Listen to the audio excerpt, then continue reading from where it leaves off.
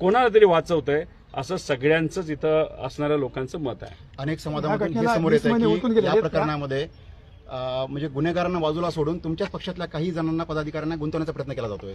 आता ज्ञानेश्वरी ताईंशी चर्चा झाल्यानंतर त्यांच्यावर दबाव होता की त्याच्यामध्ये बबन गीतेचं नाव घ्या, अजून 2-3 लोकांचे नाव घ्या, जेणेकरून त्यांच्यावर ते शेकेल आणि ते जेलमध्ये जाऊन बसतील आणि जेली मर्डर केलं तो बाजूला जाईल. पण हे सर्व प्रामाणिक लोक दिसत आहेत, अतिशय प्रामाणिक पद्धतीने स्वतःच्या हक्कासाठी ते लढतात. त्यांच्यावर दुःखाचा डोंगर हा ढासळलेला आहेच, पण तरीसुद्धा न घाबरता अनेक धमक्या त्यांना तिथं काही ठराविक अप्रत्यक्षपणे लोकांनी दिल्या तरी ते ताकदीने तिथं लढत आहेत. त्यामुळे त्यांनी तिथं उगाचच नाव कोणाचं घेतलं नाही.